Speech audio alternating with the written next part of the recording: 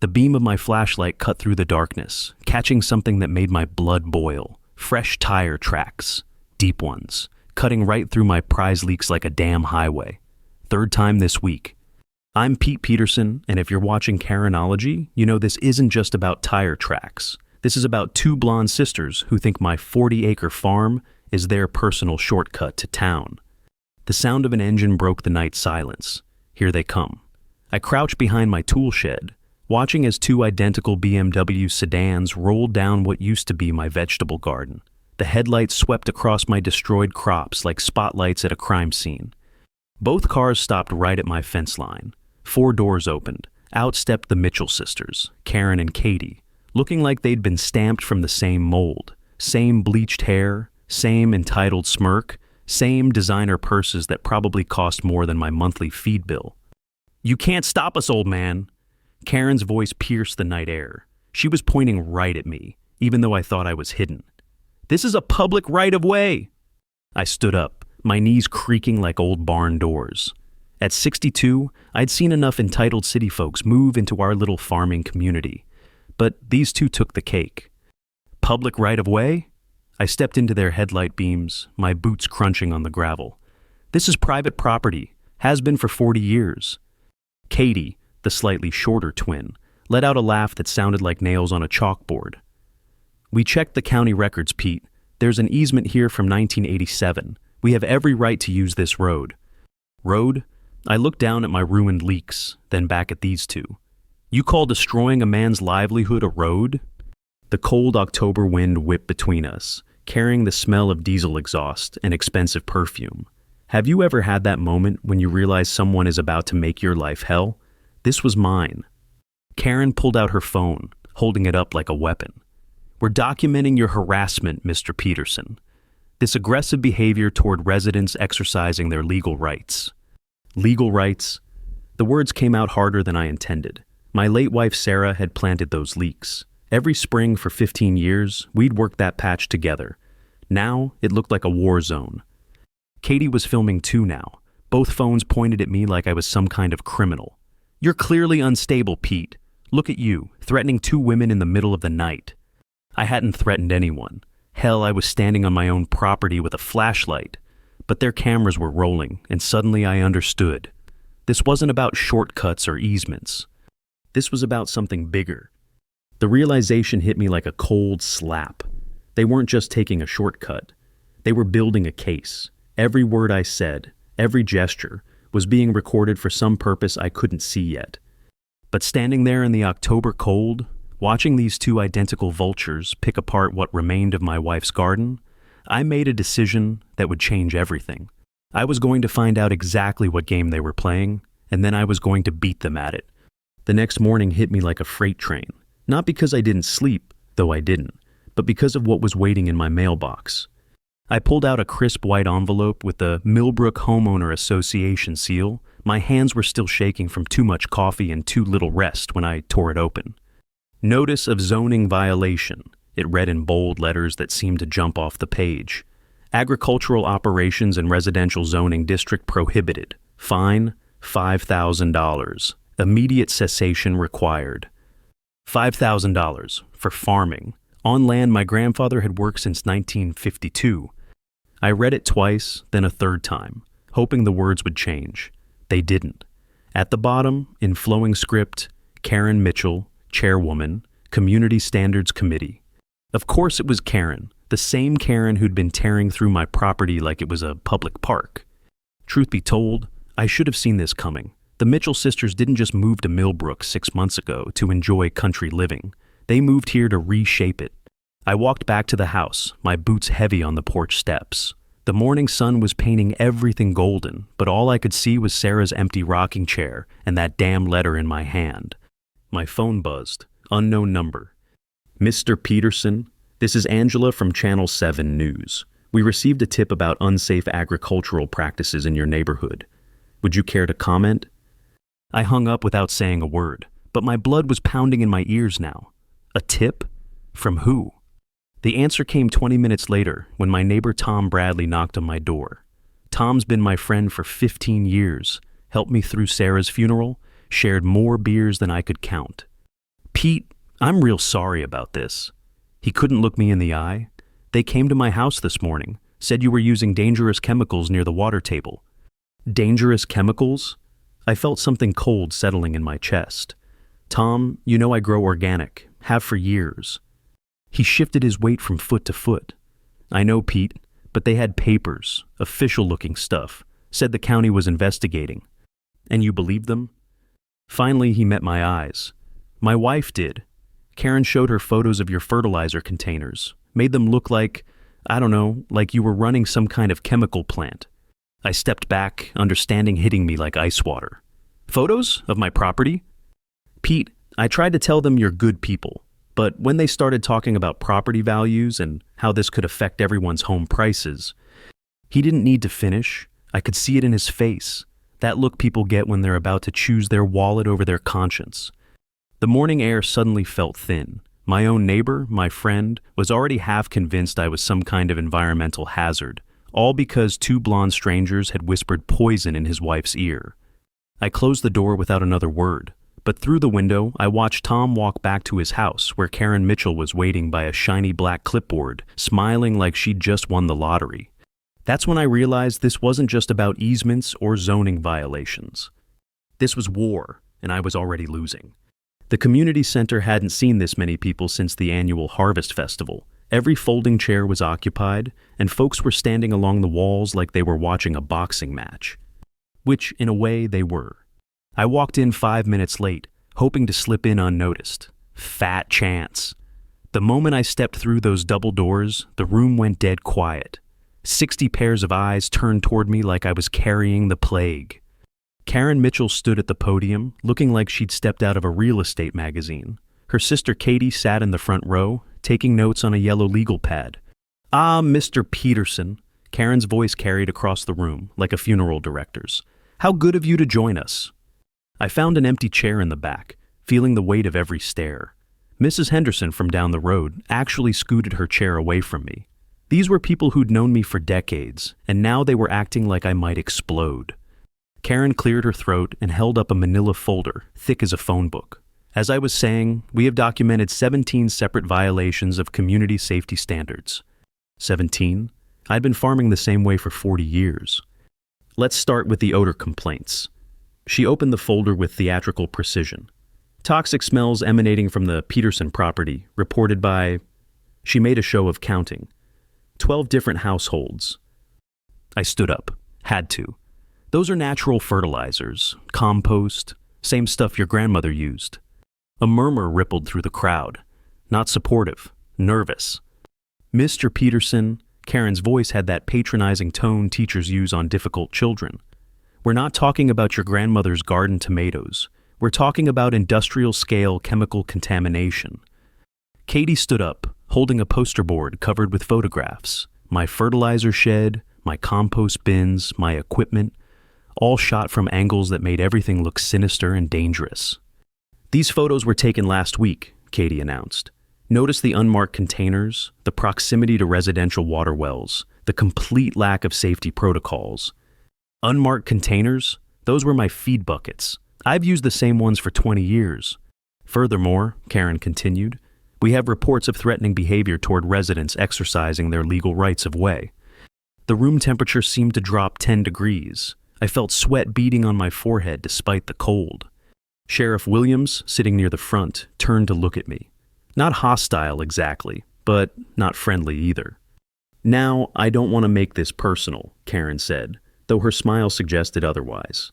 But when a single individual threatens the safety and property values of an entire community... Property values? The words burst out of me before I could stop them. You're worried about property values while you're destroying 40 years of...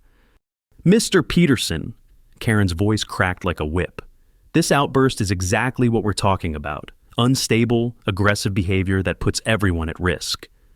The room erupted, voices overlapping, neighbors I'd known for decades suddenly shouting about water contamination and chemical spills and dangerous machinery. I sat down hard, my head spinning. Through the chaos, I caught fragments. Property values plummeting. Children playing near that mess. Something needs to be done. When the noise died down, Karen was holding a clipboard. I have here a petition calling for immediate county intervention. We already have 43 signatures from concerned residents. 43 signatures in a community of maybe 60 households. The vote wasn't even close. 52 in favor of the petition, 3 opposed, 5 abstentions. I was one of the 3. As people filed out, avoiding my eyes like I had something contagious, I remained in my chair. The community center emptied until it was just me, the smell of burnt coffee, and the echo of my own humiliation. Outside, I could hear car doors slamming, engines starting, neighbors discussing what they'd just witnessed, what they'd just done to me. For the first time since Sarah died, I felt completely alone. Lucky's bar hadn't changed much since 1987. Same wood-paneled walls, same neon beer signs casting red shadows across worn vinyl booths. It was the kind of place where people came to forget their problems, not solve them. But forgetting wasn't an option for me anymore. I slumped onto a bar stool, my reflection staring back at me from the mirror behind the whiskey bottles. I looked older than 62. Hell, I looked older than dirt. Rough night at the meeting? Roy Brennan slid a beer across the bar without being asked. He'd been pouring drinks here since before the Mitchell sisters were born, and nothing much surprised him anymore. You heard? Pete, in a town this size, you hear everything. Roy leaned on his elbows, his voice dropping to bartender confidential. Question is, what are you going to do about it? I took a long pull of beer, tasting nothing. What can I do? They've got the whole town convinced I'm some kind of environmental terrorist. Roy glanced around the nearly empty bar, then back at me. Maybe, but they're not as smart as they think they are. Something in his tone made me look up. What do you mean? I mean, Karen Mitchell's been real chatty lately. Comes in here with her sister every Tuesday night, drinks white wine, talks real loud about their plans for community improvement. He reached under the bar and pulled out a rag, wiping down glasses that were already clean. Classic Roy. Always kept his hands busy when he had something important to say. Here's the thing, Pete. Last Tuesday, Karen got a phone call, right here at the bar. Spoke loud enough for half the place to hear. Roy set down the glass, looked me straight in the eye. Call was from her nephew, Chad Morrison. Chad Morrison, I knew that name. Young guy, worked at the county planning office. Chad's been feeding them inside information, Roy continued. Zoning maps, permit applications, who's behind on their taxes. But here's the kicker. He's not just helping his aunts out of family loyalty.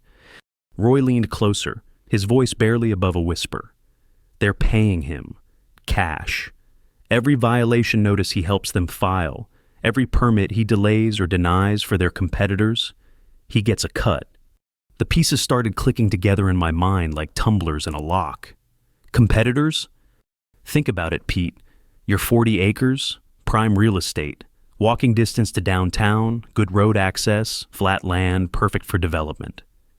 Roy straightened up as a customer walked in, speaking normally again. Those ladies aren't here to preserve rural charm. They're here to buy it cheap and sell it high. The customer, Jake Miller from the hardware store, nodded at me and took a booth in the corner. Roy grabbed a beer from the cooler and walked it over, giving me a moment to process. When he came back, I had one burning question. Roy, why are you telling me this? He smiled, but it wasn't a happy expression. Because Chad Morrison isn't just corrupt, Pete. He's stupid. Been skimming money from the county budget to fund his little side business with the Mitchell sisters. Started small, office supplies, overtime hours that didn't happen. But it's gotten bigger. How much bigger? Big enough that when the state auditors come through next month, they're going to find about $15,000 missing from the infrastructure fund. I felt something spark in my chest. Not hope exactly, but something close to it. Chad doesn't know about the audit yet, Roy continued. But he's going to panic when he finds out. And when people panic, they make mistakes. Exactly. Roy wiped down another glass. Question is, what are you going to do with that information? I finished my beer, feeling the first clear thought I'd had in days. I'm going to give Chad Morrison something to really panic about.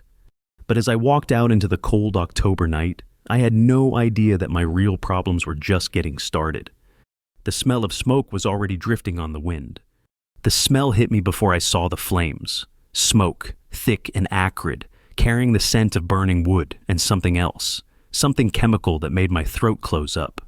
I ran the last 100 yards to my house, my heart hammering against my ribs.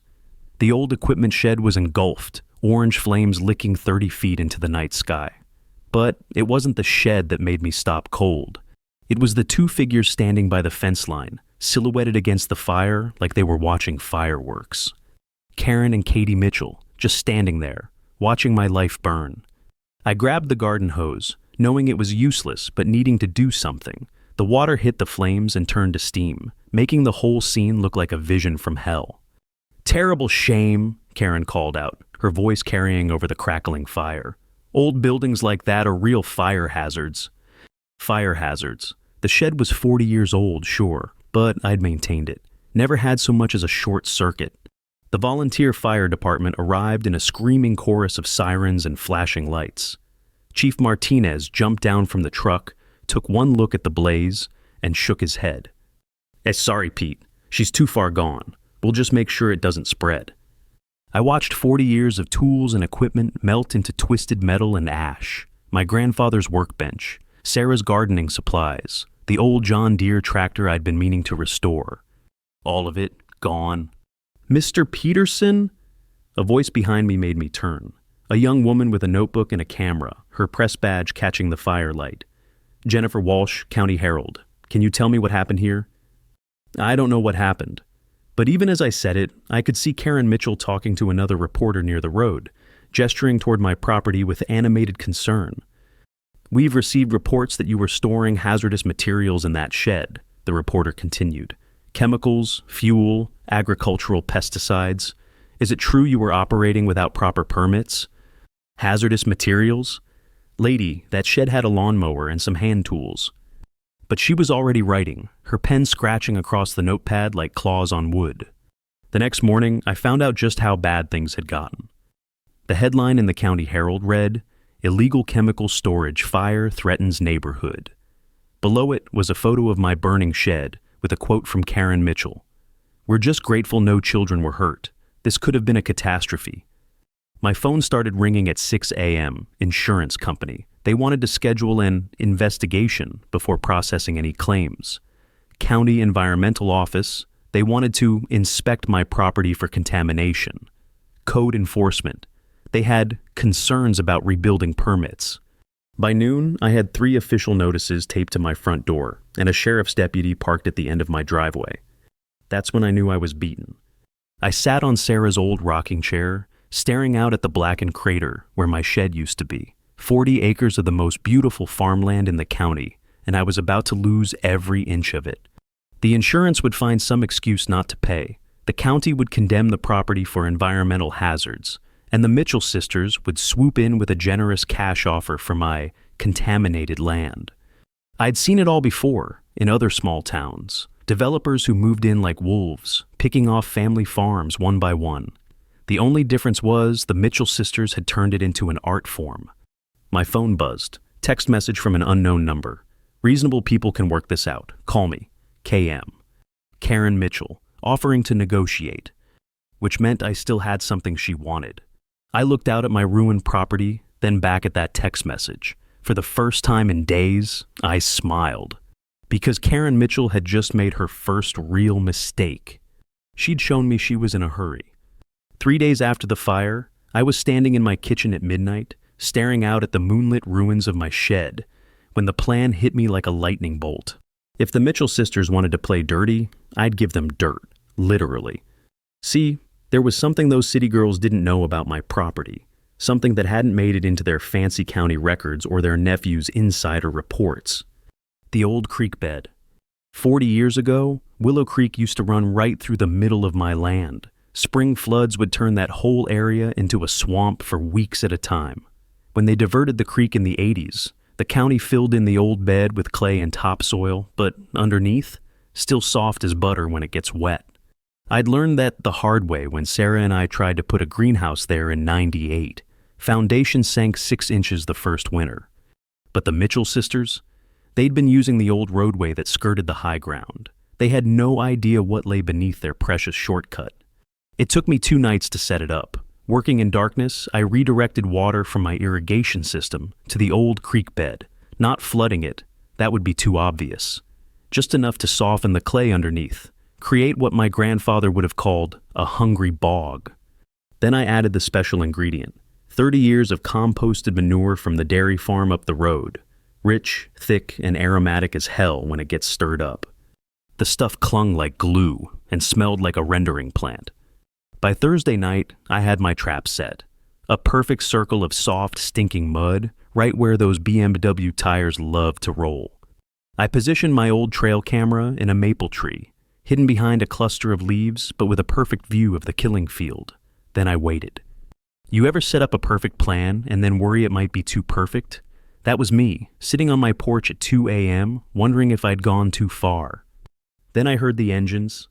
2 cars, running without headlights, creeping down the makeshift road like thieves in the night. The Mitchell sisters, making their regular midnight run to town. I held my breath as the first BMW hit the soft patch. The car kept rolling for about 10 feet before the wheels started spinning. Then the second car, following too close, plowed right into the back of the trap. Both vehicles sank like they'd hit quicksand. The screaming started about 30 seconds later. "Help! Help!" Karen's voice shrill with panic. "We're stuck!" I could hear them gunning their engines, which only made it worse. The spinning tires were digging them deeper, and the more they struggled, the more that beautiful aromatic mud splashed up over their designer clothes. I waited exactly 5 minutes before walking over with my flashlight. The sight was even better than I'd imagined. 2 identical BMWs, buried up to their door handles in the most disgusting mud pit this side of hell. Karen and Katie Mitchell, soaked to the skin of swamp manure and creek bottom, their bleached hair plastered to their heads like wet string. "Pete!" Karen's voice cracked with desperation. "Thank God! Help us!" I stood at the edge of the pit, shining my flashlight down at them like they were specimens in a jar. "Well now," I said, keeping my voice real casual, "looks like you ladies got yourselves in a bit of a predicament." Katie was crying now, black mascara running down her cheeks in rivers. "Please, we'll pay you. Whatever you want." "Pay me?" I scratched my chin, pretending to consider it. "That's funny. Yesterday you were calling me an environmental terrorist. Today you want to pay me." We were wrong. Karen was up to her waist in mud, her designer purse floating beside her like a dead fish. This was all a misunderstanding. I pulled out my phone, opened the camera app, and started recording. "Say that again," I said, zooming in on their faces. The part about being wrong. Because sometimes you don't need courts or lawyers or county investigations. Sometimes you just need to let your enemies bury themselves. "I warned you, Karen." I kept the camera rolling as she flailed in the mud like a drowning cat. "That'll be your mistake." The video was everything I'd hoped for. 2 identical blondes, covered head to toe, in the most disgusting slurry this side of a sewage treatment plant, begging the man they'd spent weeks trying to destroy. But I wasn't done yet. "Now, about that tow truck," I said, scrolling through my contacts. "Miller's 24-hour service charges $200 per vehicle for standard extraction. But this?" I gestured at their predicament.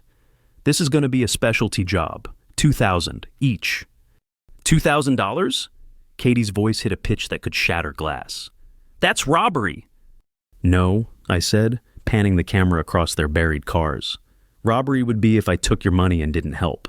This is capitalism." Karen tried to pull herself toward the edge of the pit, but the mud had a grip on her like concrete. Every movement just sucked her deeper. "Fine, whatever, just call them." I dialed Miller's number, keeping the phone on speaker so they could hear every word. "Jim, Pete Peterson. I got 2 vehicles stuck in the old creek bed. Yeah, real stuck. Gonna need the heavy winch and maybe some hazmat gear for cleanup." "Hazmat gear?" Jim Miller's voice crackled through the phone. "What kind of mess you got over there, Pete?" I looked down at the Mitchell sisters, both of them standing armpit deep in what looked like chocolate pudding, but smelled like death warmed over. "Let's just say you're gonna want to burn your clothes afterward." While we waited for the tow truck, I did something that felt better than Christmas morning. I uploaded the video to every social media platform I could find. The caption was simple: "When Karens meet karma, live from Millbrook." My phone started buzzing immediately. Comments, shares, reactions. Within an hour, the video had been viewed 3,000 times. By the time Jim Miller's truck arrived, it was up to 10,000. The extraction took 2 hours. 2 hours of chains and winches and mechanical pulleys, while Karen and Katie Mitchell stood shivering in mud-caked designer clothes, looking like refugees from a natural disaster. "Jesus, Pete," Jim whispered as he worked. "What did these ladies do to piss you off?" "Jim, sometimes people dig their own holes. I just provided the shovel." The final insult came when Jim presented them with the bill, $4,000 for extraction, plus $500 for environmental cleanup, plus another $200 for disposing of the contaminated mud. Karen's credit card was declined, twice. Katie had to call her bank to authorize the payment, explaining to some poor customer service rep why she needed to spend $4,700 on a tow truck at 4 in the morning. As the Mitchell sisters drove away in their ruined cars, trailing mud and the smell of failure, I checked my phone one more time. The video had gone viral, 50,000 views and climbing, comments from all over the country. "Get wrecked, Karen. This farmer is my hero. Play stupid games, win stupid prizes." But the best part wasn't the internet fame. The best part was the text message I got the next morning from Sheriff Williams. "Pete, got some interesting news about Chad Morrison and those county records. Think you might want to hear this." I was about to discover that the Mitchell sisters' problems were just getting started. And mine were about to get a whole lot more complicated. The community center looked different this time. Same folding chairs, same burnt coffee smell, but the energy had completely flipped. Instead of an angry mob ready to run me out of town, I was looking at 60 neighbors who couldn't stop grinning. Sheriff Williams stood at the podium where Karen Mitchell had delivered her character assassination just 2 weeks ago. In his hands was a manila folder that looked suspiciously familiar. "Ladies and gentlemen," Williams began, "we've completed our investigation into the allegations against Pete Peterson's farming operation." I sat in the back again, but this time people were saving seats for me, patting my shoulder, offering to buy me coffee. Mrs. Henderson actually winked at me. "After examining the evidence," Williams continued, "we found no violations of any county, state, or federal regulations. Mr. Peterson's operation is fully compliant and has been for decades." A murmur of satisfaction rippled through the crowd. "However," Williams raised his voice, "our investigation did uncover some irregularities in the county planning office." That's when the room went dead silent.